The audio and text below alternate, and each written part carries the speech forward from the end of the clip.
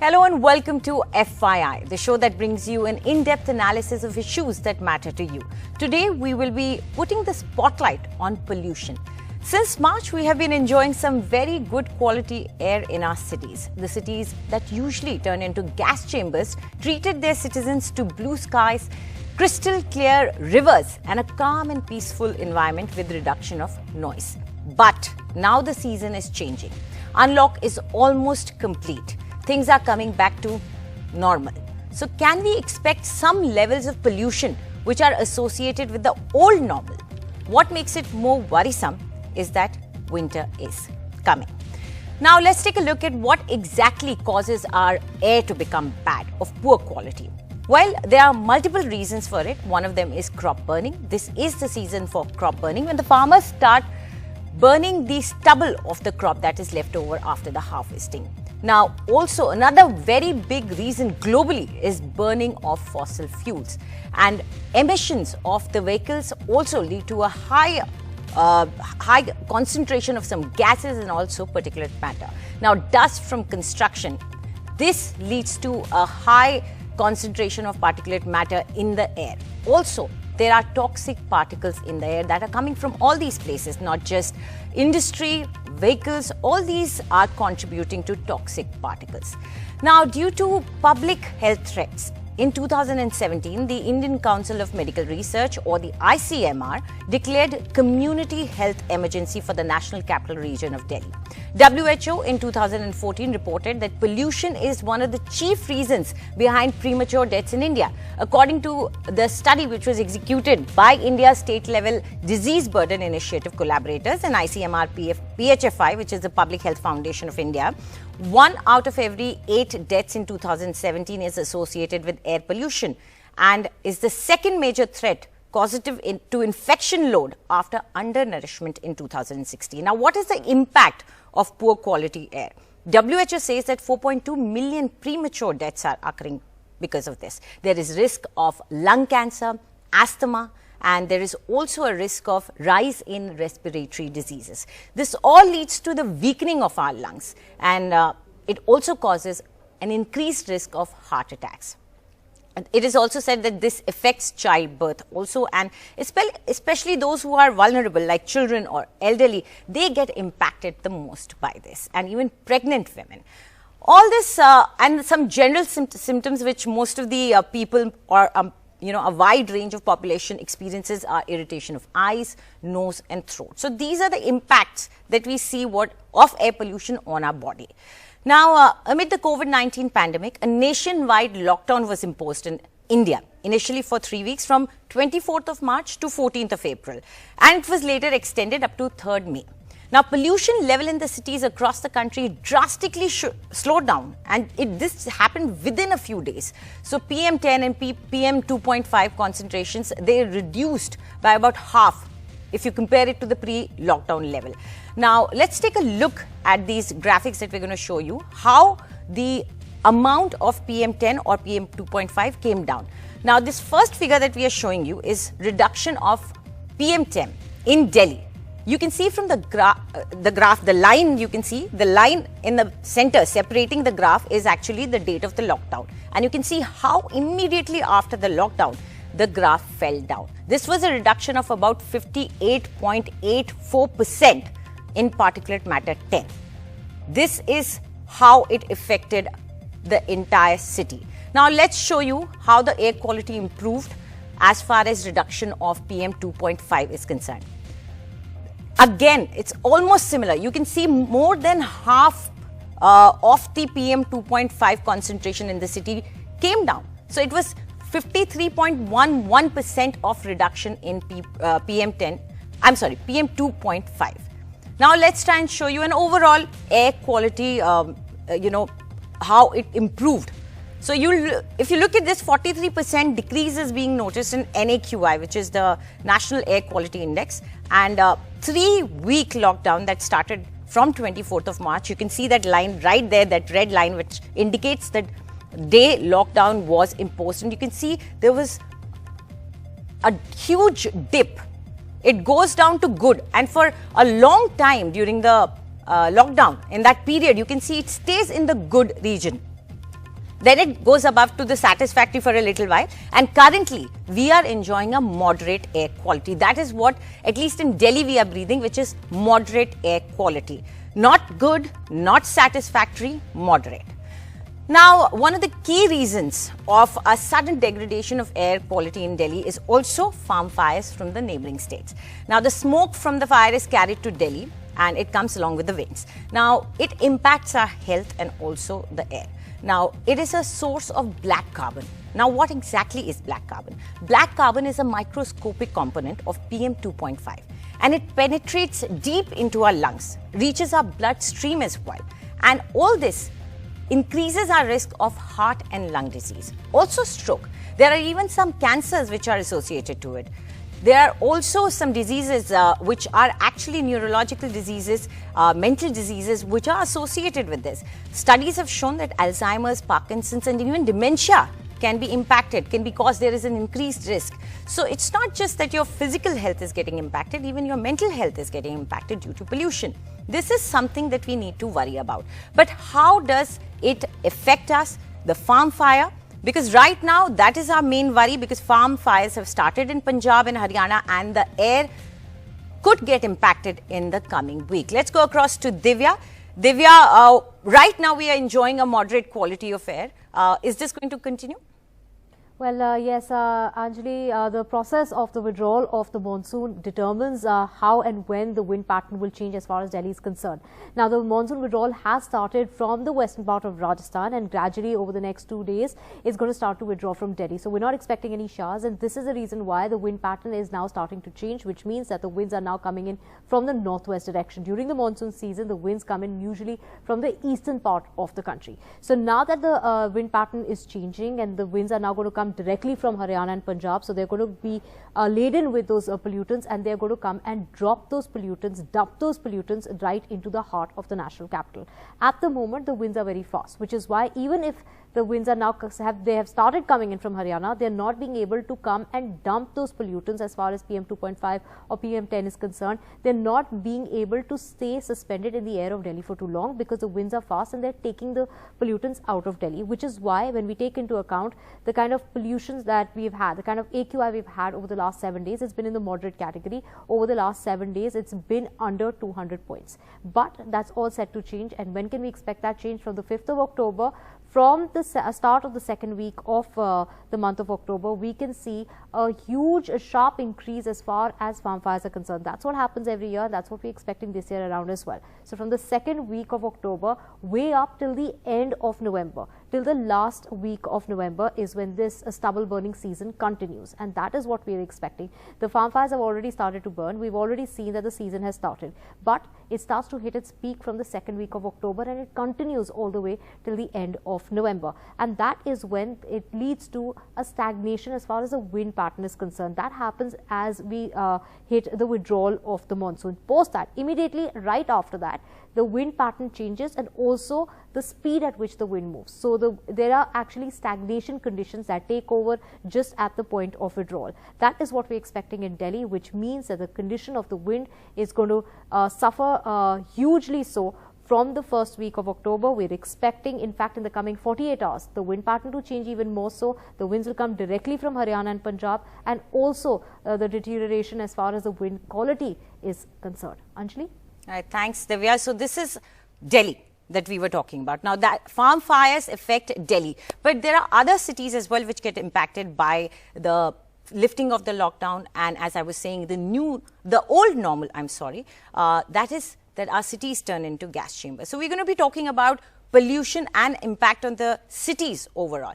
Now, to talk about this, I have Bhavreen Khandari with us, environmentalist and member, My Right to Breathe. Also joining us is Ronak Sutaria. He's a founder, Urban Sciences. They're into monitoring the air quality. And also joining me is Dr. P. Sudhakar. He's Executive Director, CPR Environmental Education Center in Chennai. Thank you, all of you, for joining in this conversation. Let me first begin with Chennai. Dr. Sudhakar, your expertise, of course, is not limited to Chennai only. We're going to be talking about all the cities. But this problem of pollution in the major cities of our country, how do you see that panning out this time? There are could it be possible that we might not see the same levels of pollution like we see every year? First of all, good morning to you. And as per the pollution levels, at present, as you said, the pandemic has played a very good impact on the pollution level. The pollution levels have come down drastically. But this will not be the same once the lockdown is completely taken out and people start moving in. That is what we have already started seeing in Chennai as such. And earlier it reported that we had a very good 20 good days of air quality during that lockdown. But now we are coming into satisfactory level and moderate level. So the impact of public transport and other things have gone high. And the people are moving from other cities and coming into the major areas, and all the things are open.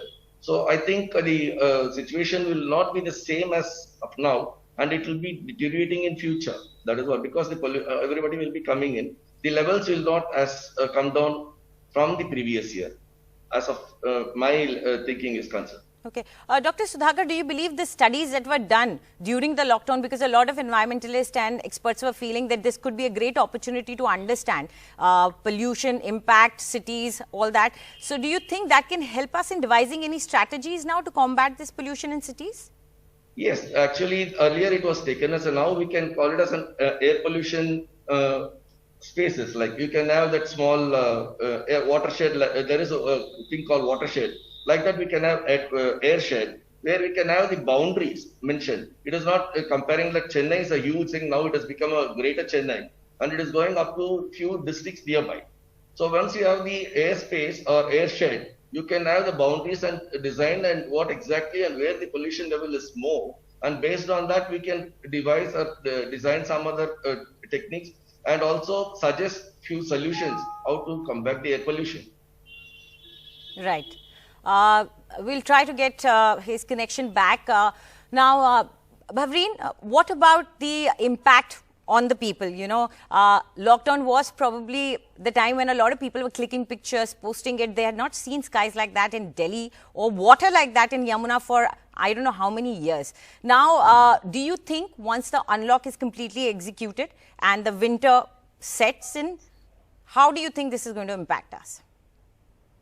Yeah, so it's already happening. As you see, we've already come into, the bad air and the poor going there. And as today's Monday now, we were expecting the winds to bring us smoke towards Delhi. So these things are happening. A lot of them are meteorological, stubble burning.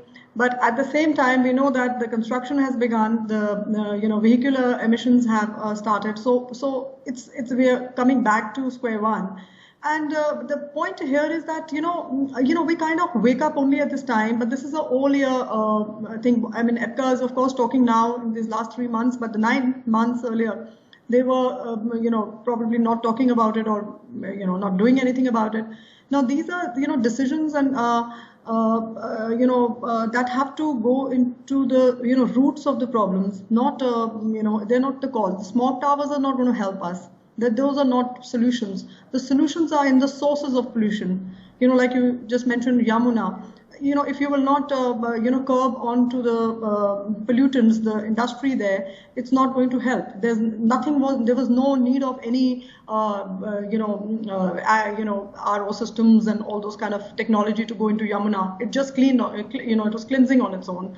Similarly now, throughout the year, now, there's a metro phase 4 coming up. There are trees being cut for that. Or we are planning, some huge construction, in Delhi, the Central Vista, etc. There's so much happening. How do you think we're going to, as a city, bear that with being the most polluted capital of the world? So these are the policy makers will have to start thinking about this very seriously, not just get up right now and say, okay, now we'll sprinkle water or smog tower, or now they have a new, I don't know, I was reading about that spray to, help stubble. Even there's this, the Monsanto law that needs to be changed, that needs to be worked on. These are things that policymakers can do.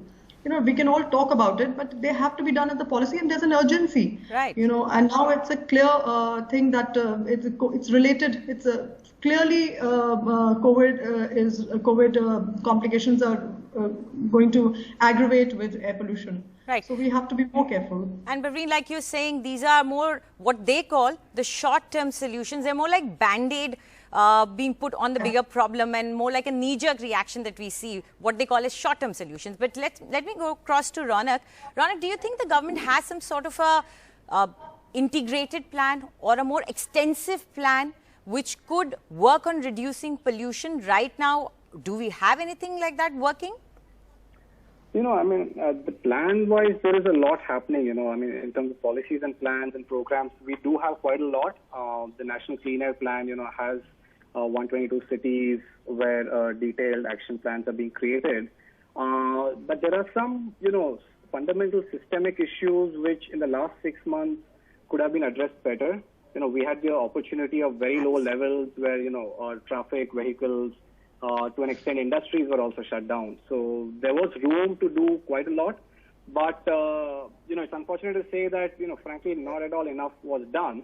I'll give a couple of instances of the issues. You earlier mentioned, Delhi is right now in moderate. And you used the phrase, we are enjoying moderate air quality. But frankly, when you look at the levels, moderate is up to 100 AQI. When you dig deeper into Delhi's 40 monitoring locations, there are at least 4 locations which are already in poor category. So there are people in these regions, I was looking at the list today morning, and CRRI, Dwarka, DTU, Delhi are all actually already in poor categories. Now what happens is, cities like Delhi, Mumbai, they are very large cities. They are ultra-mega cities. They need to be, air quality is an issue where you need to address it with some amount of a fine-tooth comb. While policies can be made out at the city level, but citizen-focused alerts, which we are not seeing at all, and that is a big miss. I feel that the last 6 months had given us the opportunity is to build some kind of focused citizen alert system where, right now today, actually Manesar and Lucknow, I was looking at the list, 230 locations in CPCB's list.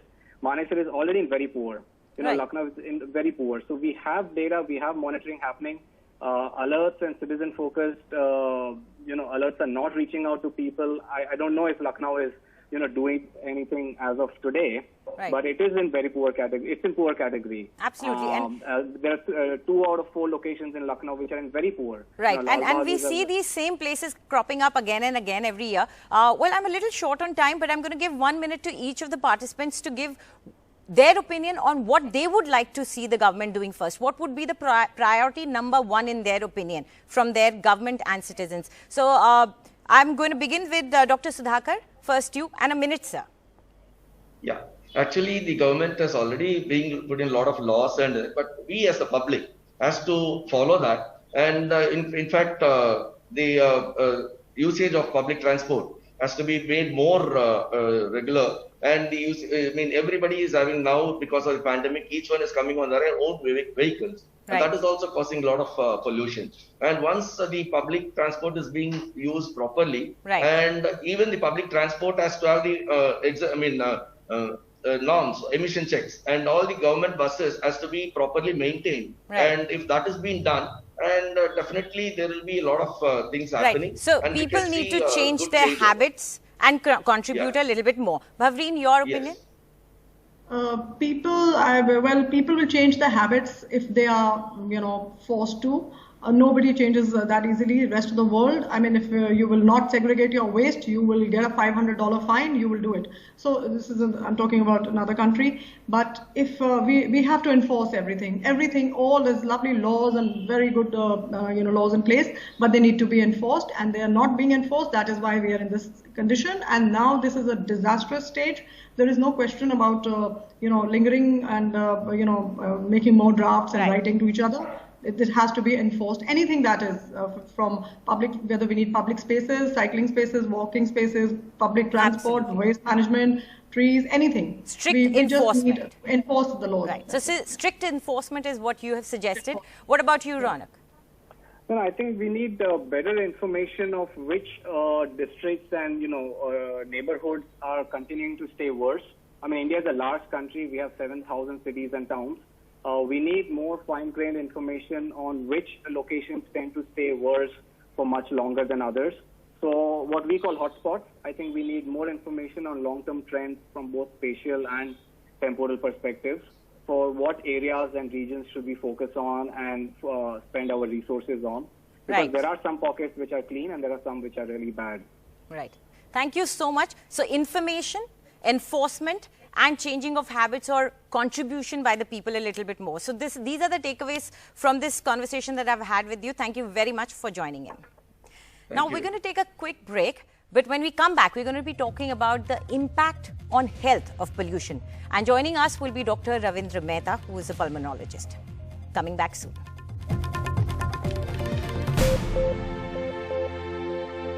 Care in Apollo hospitals. Thank you very much, Doctor.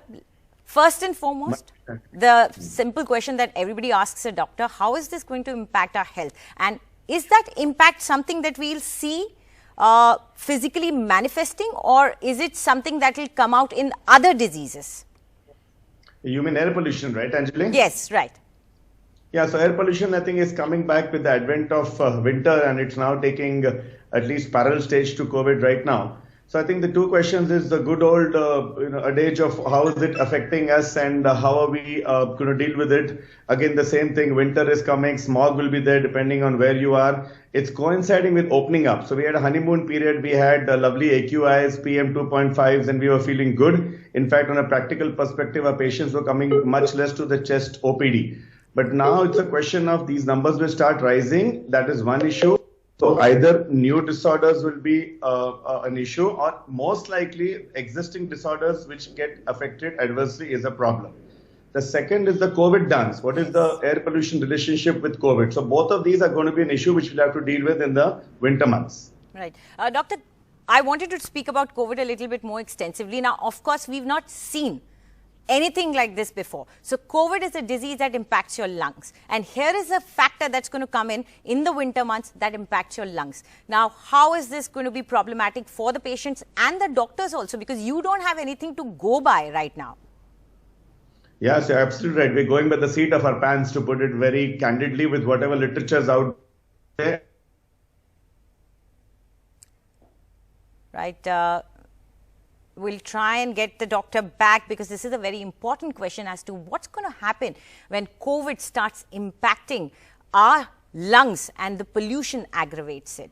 And we're going to try and go back to the doctor and see if he can join us. Right, there you are, doctor. So COVID and pollution, how is it going to change, and how are the doctors going to handle it? Right. So the first thing was when in April reports came from China and the US that a rise in PM 2.5, a technical term, but I think you've used it in the program, leads to a higher risk of getting COVID-19 infection. So that was the most worrisome thing. So part of the advantages of the lockdown is as pollution came down, general diseases came down, the chance of getting COVID came down. But as we're reopening now, we have to now look at the fact that air pollution and COVID are two unfortunately complementary things we have to worry about. And the rising pollution related to opening up will increase the chance of getting COVID. That's A. B is the fact that this is now going to be other viral season, influenza and so on. So influenza, COVID and air pollution causing both to get worse is problem number B. C is that the people with chronic diseases anyway go through a bad winter with asthma, bronchitis and so on. So that is another challenge we'll have as the winter comes. Yeah, that's going to be really problematic for those who are already not well. But doctor, it's a very simplistic question, but many will be thinking about it. The mask that I am wearing, is it going to help me in any way as far as the particulate matter is concerned? No, not a lot, I think. It's basically this mask protects others from COVID in case you're asymptomatic or a symptomatic COVID person. In terms of pollution, none of us know. We know that physical large particles will not go in if you wear the mask in the open. So that much benefit we have. but no one has ever looked at masking and pollution in an extensive way. So we expect some benefit for sure, and we would use that as an added incentive for people. But at the same time, general pollution control measures of a massive nature must be part of our focus in this coming winter in the pandemic pollution interaction we have been talking about. Right. So that is something that the governments and state level machinery has to tackle. But what can I do as a person to protect myself, Doctor? Very simple. The masking part, I think, is to have been told 1,000, 1,000,000 times, do what you do for COVID. For pollution point of view, maintain what you've always been doing. For example, outdoor air pollution is the same thing. Traffic, helmets, which are very important, masks below the helmet for all their worth. Indoor air pollution, try and make sure your indoor environments are good. You've already been talking about fires and so on and so forth, which is a governmental function. The good part is, I think vehicular traffic is going to be less. With less schools, less information technology, less people on the road, we may see less PM25s related to vehicular traffic. So that is a little bonus in the midst of this crazy situation. Right, absolutely. Thank you so much, Doctor, for joining in. So it's not just the government that needs to pull up its socks as far as pollution is concerned. We also have to change our behavior. And remember, we have not seen COVID and pollution together. This is something that is going to shock our systems. So we have to be prepared for it. We're going to take a short break now. On the other side, Gargi gets you all the news.